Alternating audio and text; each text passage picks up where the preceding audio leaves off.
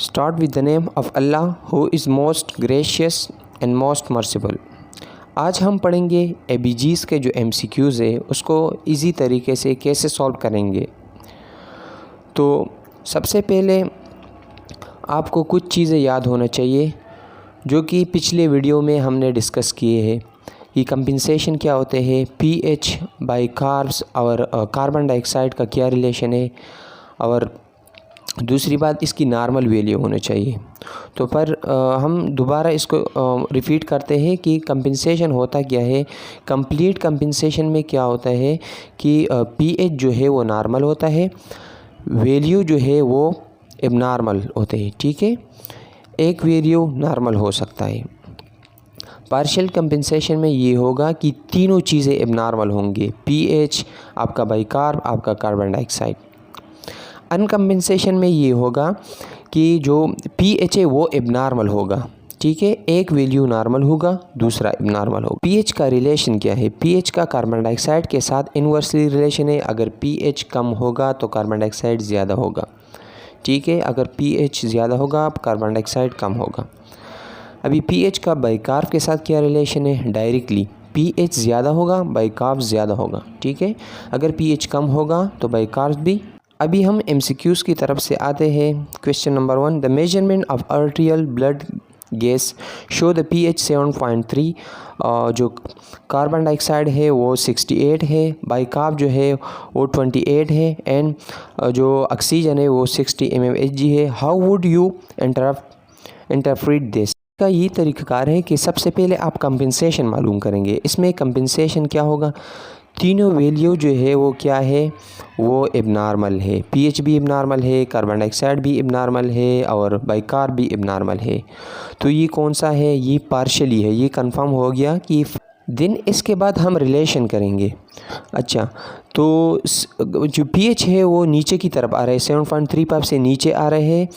तो अगर carbon dioxide के साथ इसकी रिलेशन के कार्बन डाइऑक्साइड जो 68 है वो ज़्यादा हो चुका है, तो pH कम होना चाहिए। ठीक है, ये इससे रिलेट कर रहा है। कार्ब की बात करते हैं तो बाइकार्ब तो ज़्यादा हो चुका है, तो pH जो है वो ज़्यादा होना चाहिए, नहीं तो pH कम हो चुका है, तो ये इससे रिलेट नहीं करे। हमें ये कंफर्म हो गया कि ये रिस्पायरेटरी प्रॉब्लम है, पार्शली है और रिस्पायरेटरी है। pH कम आ रहा है तो क्या होगा कि ये एसिडोसिस है। तो ये क्या होगा? Respiratory acidosis, partially compensatory. तो इसका आंसर है B, respiratory acidosis partially compensated. Then हम नेक्स्ट MCQs की तरफ जाते हैं।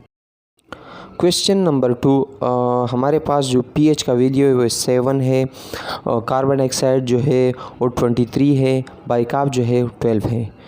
तो सबसे पहले हम इसमें कंपनसेशन मालूम करेंगे। कंपनसेशन ये है कि pH भी एबनॉर्मल है, बाइकार्ब भी एबनॉर्मल है, कार्बन डाइऑक्साइड भी एबनॉर्मल है। तो ये है पार्शली। ठीक है, पार्शली सब कुछ एबनॉर्मल होते हैं, ये कंफर्म हो गया। दिन कंपनसेशन की तरफ आते हैं। pH कम हो चुका है तो कार्बन डाइऑक्साइड हमारे पास भी कम हो चुका है, तो ये तो इनवर्सली है, ये इससे रिलेट नहीं कर रहे। बाइकार्ब की तरफ आता है, pH जो है वो कम है, बाइकार्ब भी कम है, बिल्कुल ये इससे रिलेट कर रहे। तो ये पार्शली हो गया एंड मेटाबॉलिक हो गया। दिन pH जो है वो कम हो चुका है, तो इसका मतलब ये है कि ये एसिडोसिस है। तो इसका ऑप्शन है D, metabolic acidosis partially compensated. Then next MCQs की तरफ जाते हैं।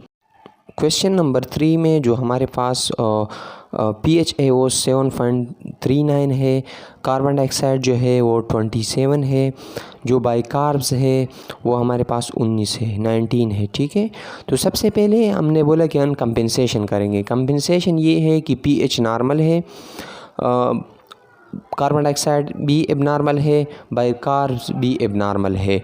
तो ये है हमारे पास ही फुली कंपनसेटरी है। फुली कंपनसेटरी में क्या होगा कि pH जो है वो नॉर्मल होगा, बाकी जो वैल्यू है वो एबनॉर्मल होगा।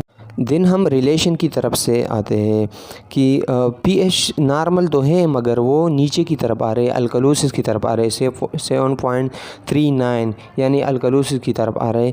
तो कार्बन डाइऑक्साइड की इससे रिलेट करते हैं, कार्बन डाइऑक्साइड कम है तो pH जो है वो भी ज़्यादा होना चाहिए, नहीं इससे रिलेट नहीं कर रहे। अभी हम आ रहे बाइकार्ब जो है वो 19 है, यानी ये कम हो चुका है, तो पीएच भी कम होना चाहिए। बिल्कुल ये इससे रिलेट कर रहे हैं, पीएच जो है वो कम हो रहा है, ठीक है। तो ये हो गया मेटाबॉलिक, फुली है एंड मेटाबॉलिक है। देन पीएच जो है वो किसकी तरफ आ रहा है, अल्कलोसिस की तरफ आ रहा है, ठीक है। तो इसका आंसर हो सी जो है इसका आंसर है metabolic acidosis, fully compensated. Next question number 4 की तरफ आते हैं। क्वेश्चन नंबर 4 में हमारे पास पीएच 7.10 है, कार्बन डाइऑक्साइड 70 है, बाइकार्ब जो है वो 24 है। तो कंपनसेशन इसका ये बनेगा जी, जब पीएच जो है ये एबनॉर्मल है, ठीक है, कार्बन डाइऑक्साइड जो है वो भी एबनॉर्मल है मगर बाइकार्ब्स नॉर्मल है। जब पीएच जो है वो एबनॉर्मल होता है, एक वैल्यू नॉर्मल दूसरा एबनॉर्मल, तो ये होते हैं अनकम्पनसेशन। अनकम्पनसेशन में पीएच एबनॉर्मल होता है, तो ये तो अनकम्पनसेशन हो गया। अभी रिलेशन की तरफ आते हैं कि ये पीएच जो है वो कम है, यानी एसिडोसिस की तरफ आ रहे हैं। तो कार्बन डाइऑक्साइड के साथ इसकी रिलेट करते हैं, तो कार्बन डाइऑक्साइड तो ज़्यादा हो चुका है, पीएच कम होना चाहिए, बिल्कुल ये इससे रिलेट कर रहा है। और बाइकार्ब तो वैसे ही नॉर्मल है, तो ये क्या हो गया, रेस्पायरेटरी। दिन पीएच जो है वो कम आ रहा है, तो एसिडोसिस है, तो ये अनकम्पनसेटरी रेस्पायरेटरी एसिडोसिस। तो इसका ऑप्शन बन रहा है जो सी नंबर है, इसका ऑप्शन है रेस्पायरेटरी एसिडोसिस अनकम्पनसेटेड।